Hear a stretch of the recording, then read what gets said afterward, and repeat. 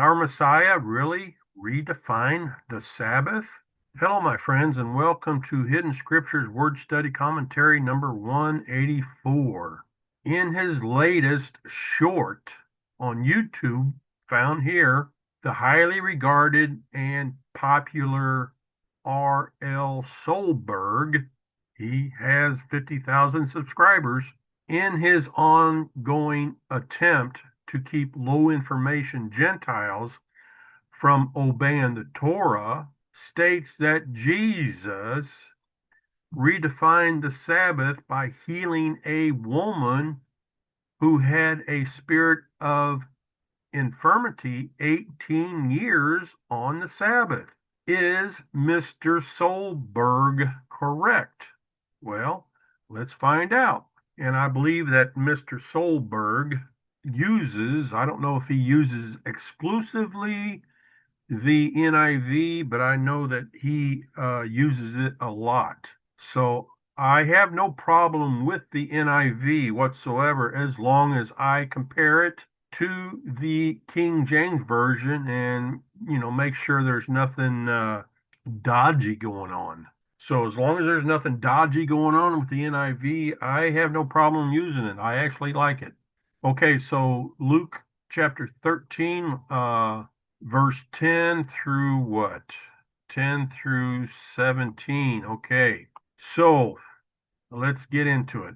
On the Sabbath, Yahushua was teaching in one of the synagogues, and a woman was there who had been crippled by a spirit for 18 years. She was bent over and could not straighten up at all. When Yahushua saw her, he called her forward and said to her, Woman, you are set free from your infirmity. And he put his hands on her. And immediately she straightened up and praised Elohim. Indignant because Yahushua had healed on the Sabbath, the synagogue leader said to the people, There are 6 days for work, so come and be healed on those days, not on the Sabbath. The master said to him, You hypocrites, doesn't each of you on the Sabbath untie your ox or donkey from the stall and lead it out to give it water, which is actually more work than being healed? Verse 16, Then should not this woman, a daughter of Abraham, whom Satan has kept bound for 18 long years, be set free on the Sabbath day from what bound her? When he said this, all his opponents, the religious elite ruling class, were humiliated, but the people were delighted with all the wonderful things that he was doing.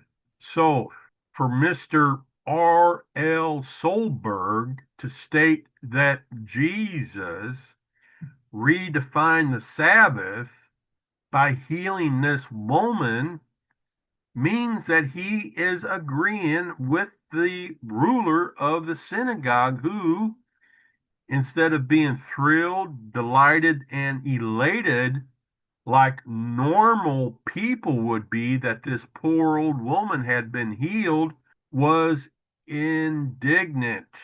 Mr. Solberg seems to think that the reaction of the ruler of the synagogue was justified because our Messiah had clearly done something that ought not be done on the Sabbath.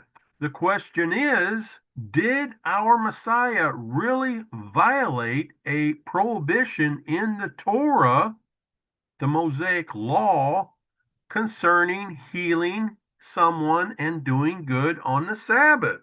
Because if he did, then the indignation of the ruler of the synagogue was indeed justified, and Mr. R.L. Solberg is correct in what he stated.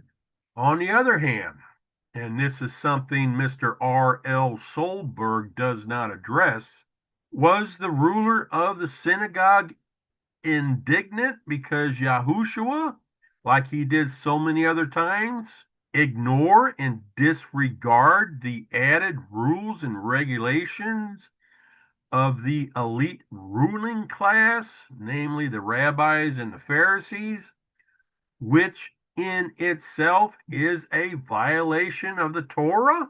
And you can read right there in the Torah in Deuteronomy chapter 4 and verse 2 and chapter 12 and verse 32 that the Father strictly forbids anyone to add anything or take away anything from what he had Moshe write down in the Torah. I submit to you that it is the latter. The ruler of the synagogue was indignant because Yahushua ignored and disregarded the added rules and regulations of the elite religious ruling class. There is no prohibition in the Torah against healing and doing good on the Sabbath. None. So how can Mr. Solberg claim with any credibility that Jesus redefined the Sabbath by healing this woman if there is no prohibition in the Torah concerning healing and doing good on the Sabbath? He can't. He has no credibility. But this doesn't keep thousands of today's antinomian Christians who are clueless about the Torah from agreeing with him. Let's read another of the several events where Yahushua healed someone on the Sabbath. And we find this in Lucas chapter 14, verses 1 through what? 1 through 6. One Shabbat, Yeshua went to eat in the home of one of the leading Pharisees, and they were watching him closely. In front of him was a man whose body was swollen with fluid. Most of your other Bible versions will have dropsy, but this apparently is what dropsy is a body that is swollen with fluid. Spoke up and asked the Torah experts and the Pharisees, does the Torah allow healing on Shabbat or not? Verse 4, but they said nothing. So Yeshua asked them a direct question, and they had the opportunity right then and there, but they said nothing. So taking hold of him, he healed him and sent him away. To them, he said, to the Torah experts and the Pharisees, he said, which of you, if a son or an ox falls into a well, will hesitate to haul him out on Shabbat? And to these things they could give no answer. Folks, what Mr. R. L. Solberg conveniently fails to mention is that the passages above and below proves that healing someone and doing good on the Sabbath does not violate the Torah. Otherwise, the experts in the Torah and the Pharisees would have spoken up, but they didn't. They said nothing. They would not have hesitated to pounce on Yahushua had they had grounds to do so.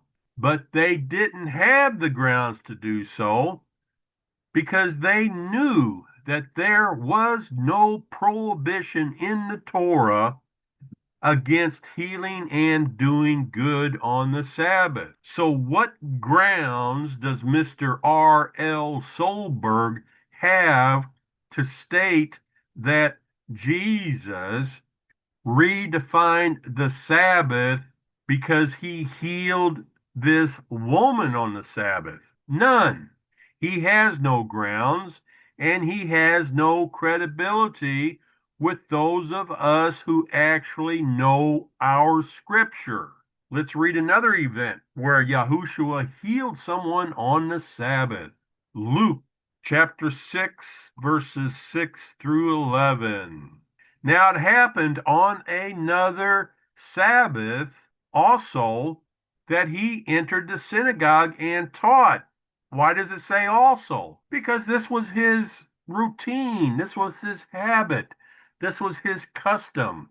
Okay, he went into the synagogue every Sabbath and started teaching. Now it happened on another Sabbath also that he entered the synagogue and taught, and a man was there whose right hand was withered. So the scribes and Pharisees watched him closely, just like they did up here. Where was that? Did I highlight it? And they watched him closely. I mean, these people were just waiting for any opportunity to present itself to show the people that Yahushua was a false prophet.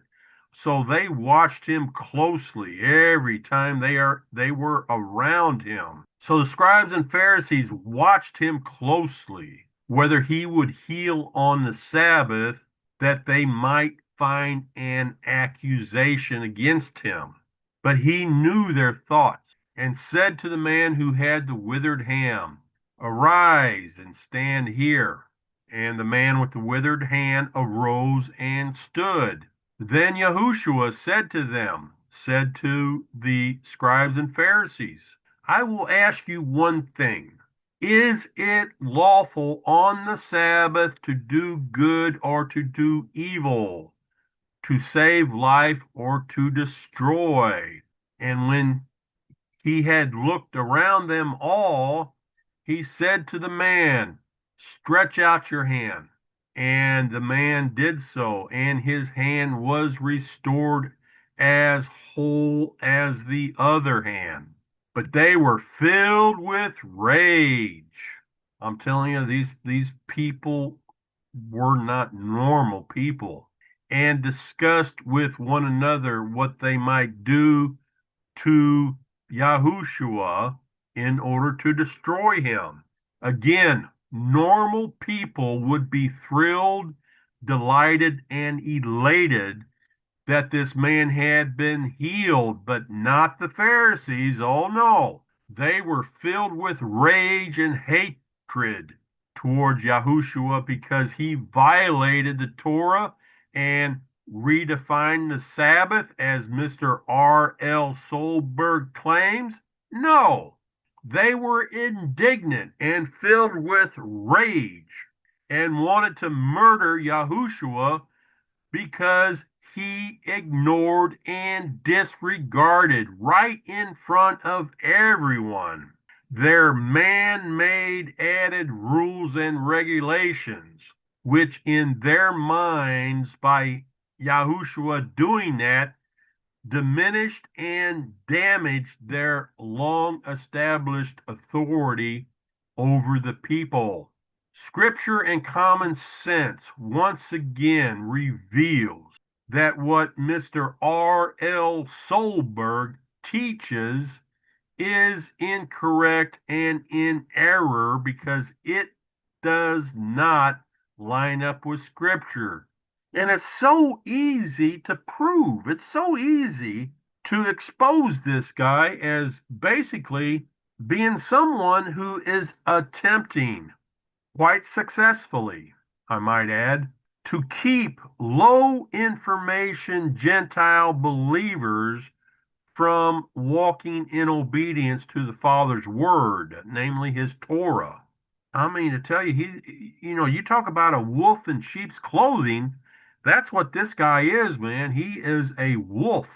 So I will leave it here for today, and I hope and pray that you were able to glean something from this word study. I love you guys, and I very much appreciate you being here and watching these videos. It really means a lot to me, and we will be with you again, Father willing, in our next Hidden Scriptures Word Study Commentary. Take care, and I hope to be with you again.